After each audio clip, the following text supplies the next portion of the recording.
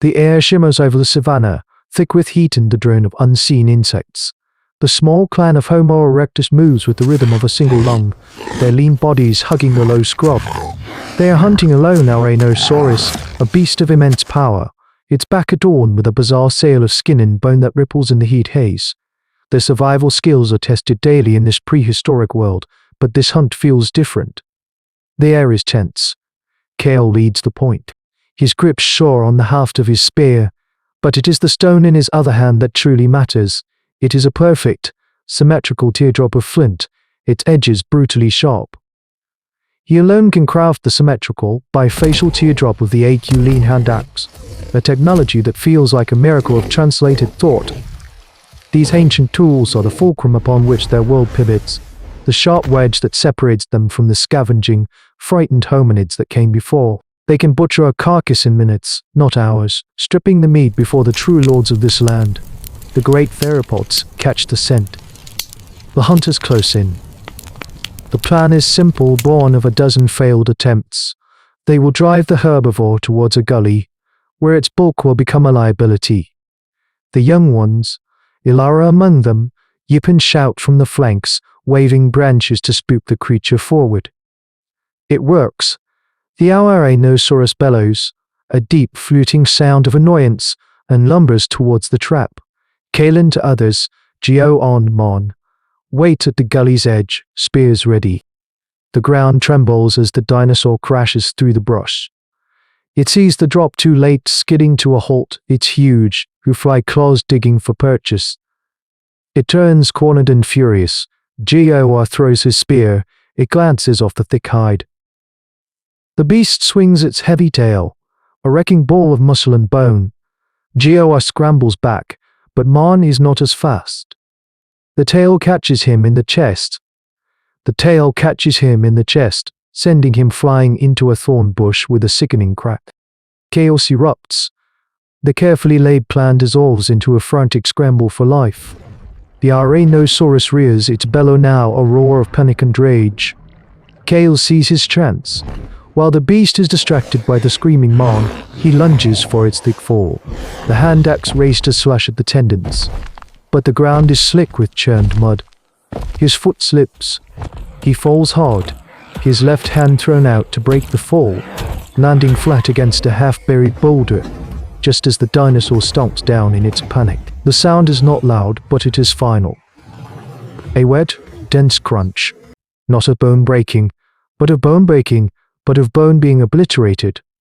The beast, startled by his sudden proximity, thunders away into the plains, leaving a wake of dust and silence.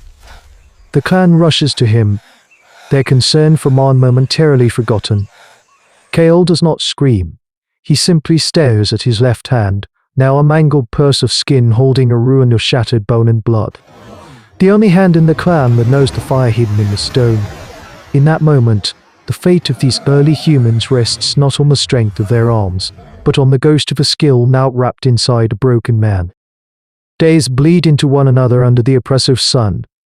Kale's hand is a swollen, useless club, wrapped in broad leaves and bound with gut. The pain is a constant fire, but it is the cold dread in his eyes that chills the clan. Their stock of Acheulean hand axes, once a proud arsenal, is dwindling. To were lost in the disastrous hunt. Another cracked yesterday while dressing a tough hide. The remaining few are becoming blunt, their fine edges chipped and worn. The sharp line between man and beast, once defined by these stones, is beginning to blur. Gor, his shoulders heavy with a new and unwelcome responsibility, tries to replicate the magic. He sits for hours, surrounded by shattered flint, his knuckles raw and bleeding.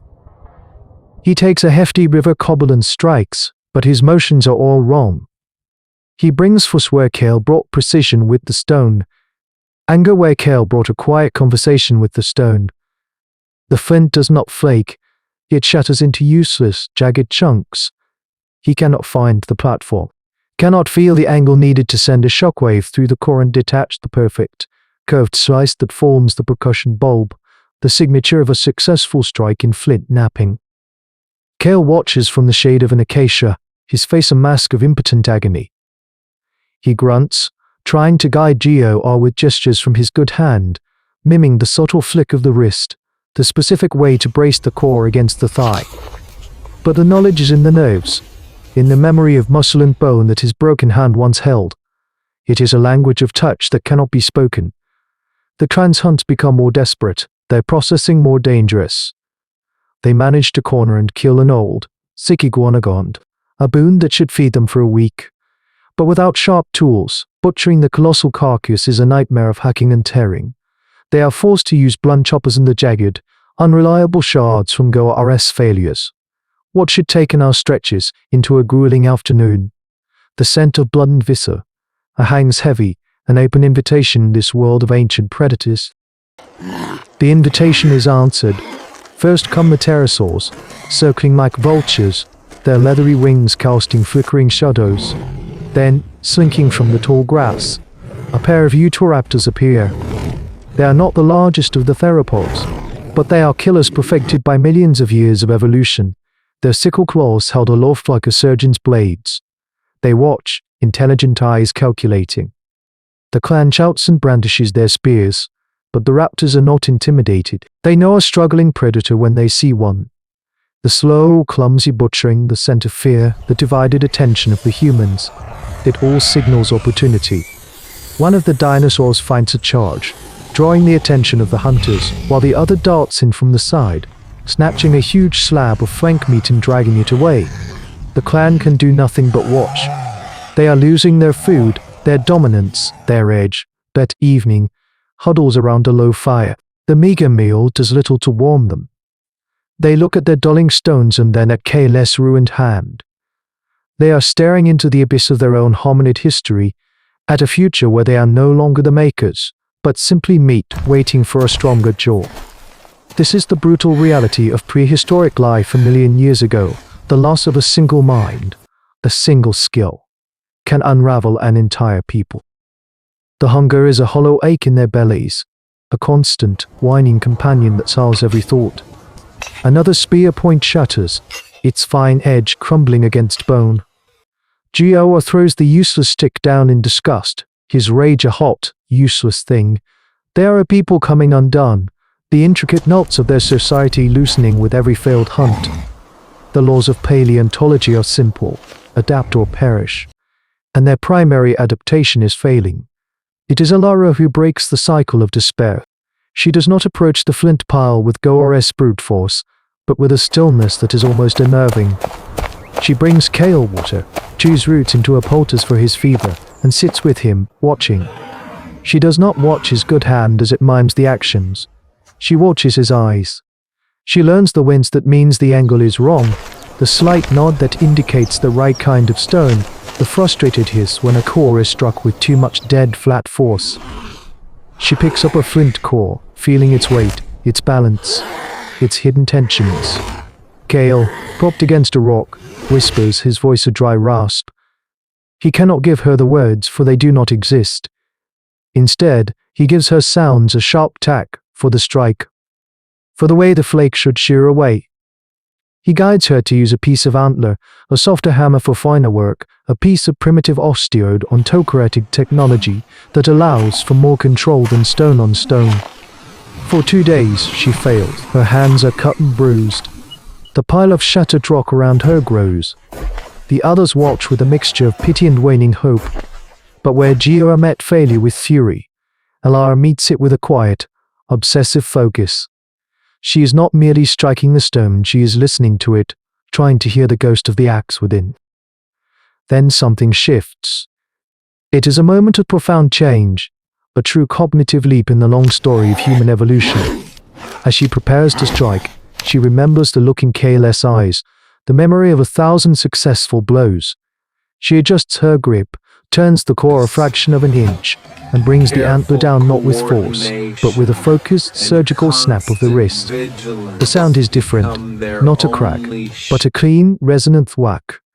A large, perfectly curved flake shears away from the core. Its edge is like glass. She stares at it, her breath caught in her throat. Kale lets out a long, slow sigh, a sound of immense relief. She works through the afternoon, and with each successful strike, a tool begins to emerge. It is not as elegant as KLS. It is thicker, slightly lopsided, but it is bifacially worked, and it is lethally sharp, and it is nothily sharp, and dithering to begin the slow, antelope-like creature. He lays it down, the clan gathering to begin the slow, arduous task of tearing it apart. Elara steps forward and holds out her creation. Geoa takes it, his expression unreadable. He kneels and places the edge against the creature's thigh. With a single, fluid pull, he opens a long, clean gash in the hide. The brutal, necessary work of survival can begin again. The knowledge has passed the chasm of a single broken body. The fire is not lost. The clan survives this season, and the next. Elara's hands grow calloused and clever, her tools becoming more refined with every mood. Kel lives to see his knowledge reborn in another, a legacy secured not in blood, but in the sharp edges of stone. The story of these ancient humans is not one of conquest, but of continuity. This single desperate act of teaching and learning, played out in the shadow of giants, is a microcosm of our entire species' ascent. Our greatest strength was never to thaw claw, but the fragile, stubborn insistence on passing a flicker of understanding from one mind to the next. A relay race against extinction run across 1,000,000 years. It is the bedrock of the prehistoric world, was not a war won with spears, but a conversation conducted in stone. How many other skills, how many other sparks of genius, were lost to a broken hand or a fatal fever before our ancestors learned to build a library of minds? This is how we began, not with a roar, but with a lesson whispered in the dust. And in the dark forests to the north, a different kind of human learns to make fire dance at will.